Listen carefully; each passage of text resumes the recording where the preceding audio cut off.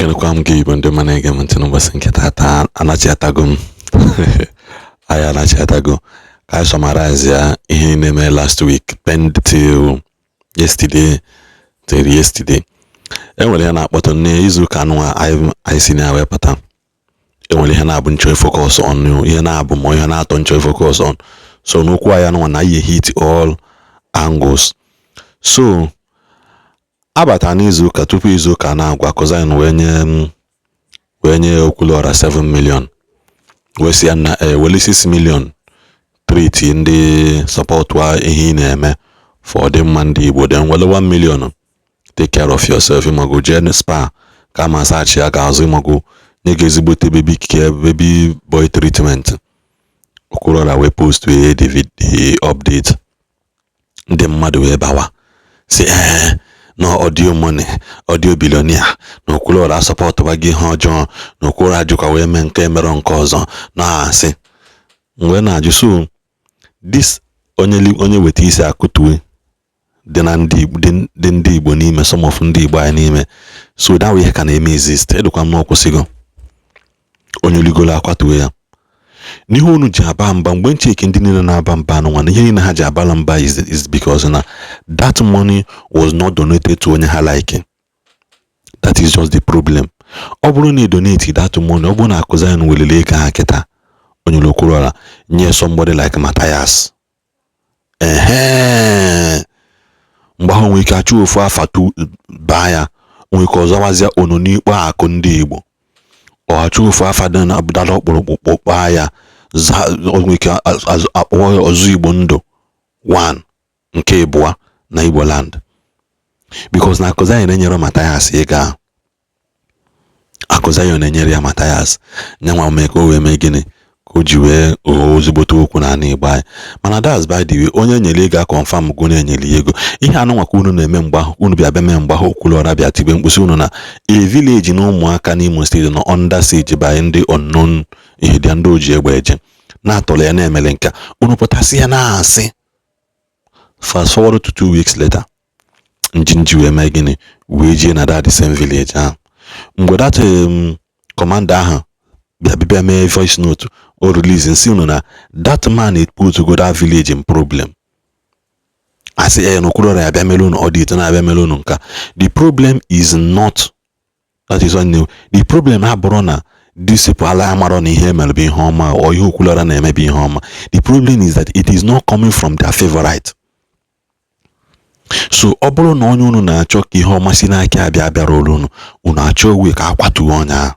Even onye ahụ unu na-support ka o meeli unu ihe ọma, is that person transparent enough? Onye asị ka bịa mee akaụntụ ọgba ọsọ. No, let's face it. Onye akpọta na asị na bịa meke na akaụntụ ihe ị na-eme. Okwuluora is the only person na-abụ onye achọrọ inyere aka eti phone number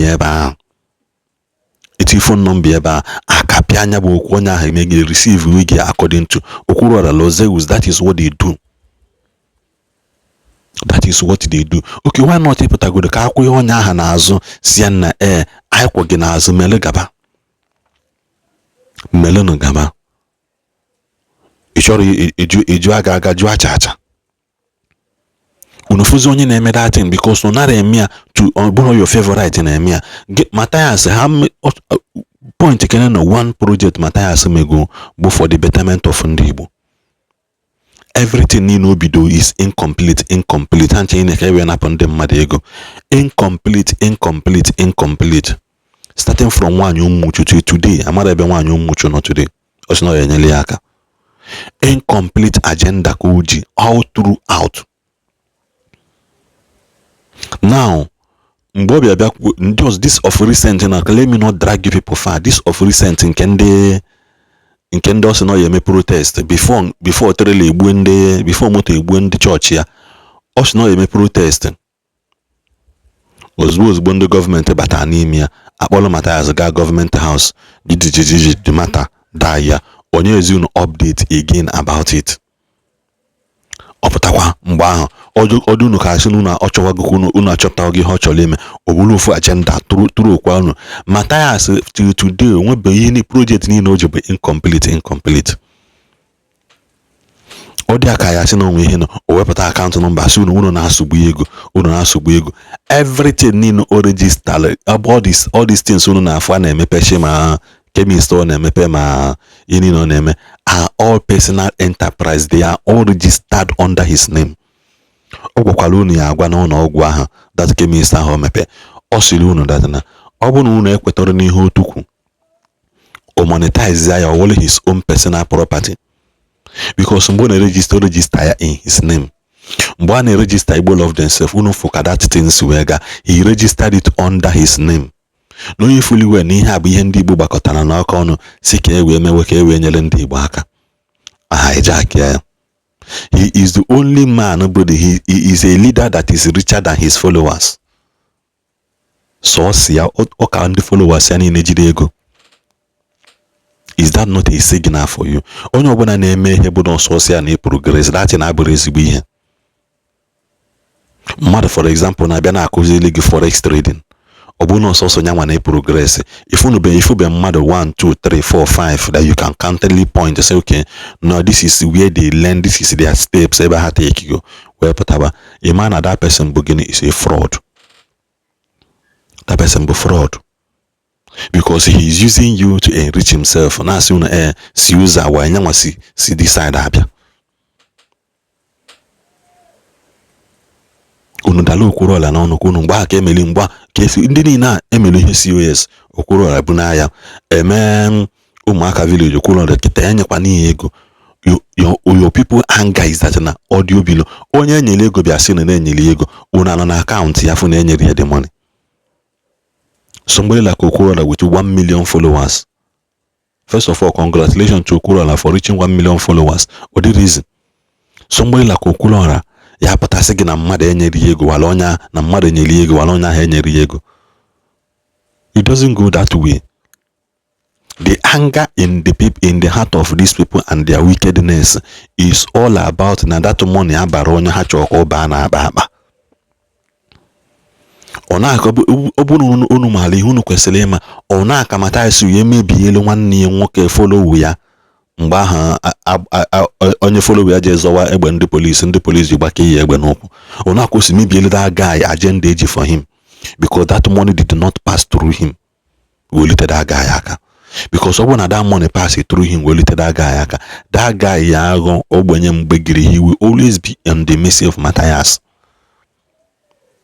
I don't know why our Igbo people are not seeing this picture, that this person is not here to save you people. He need condemn Okwuluora today about that money is because now that money abaro ebunucho obuno that money to Mazi Dibia or one Dibia or Mathias.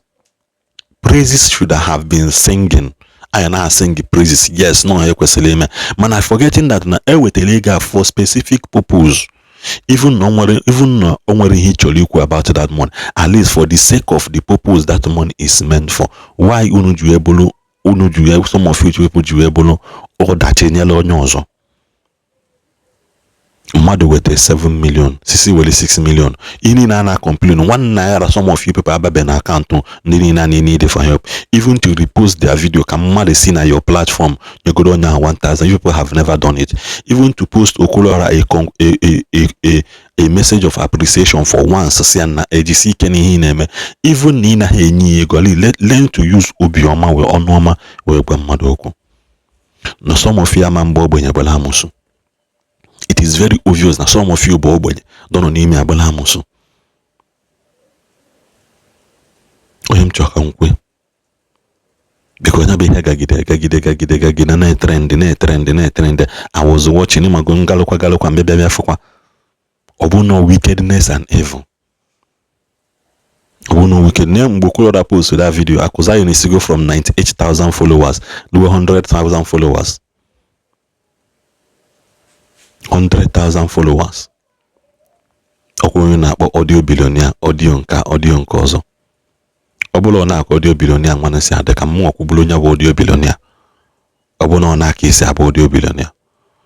You can't fake it for this long. You cannot fake it for so long. Faking is expensive. Fake life is expensive. Mmadụ fake something is very, very expensive. Ogbuna Akuzan has been faking it since by now. by now unu ka idosa ga-ebu ndosa libia. But he has been there. No promotion, nothing. Unu na-agba ya Saga today, unu na-agba ya nwanne echi, unu na-agba ya nwanne echi. Still onye na-achọ ka akwatu, still kanali. Doesn't that tell you something? Na gịnị me? No nwere some people that you cannot fight. There are some people you cannot just fight.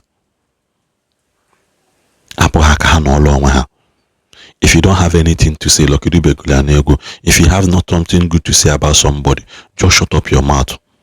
Bible clear that even a fool, when he is silent, is regarded wise. Some of you be on social media need disgrace and do no go.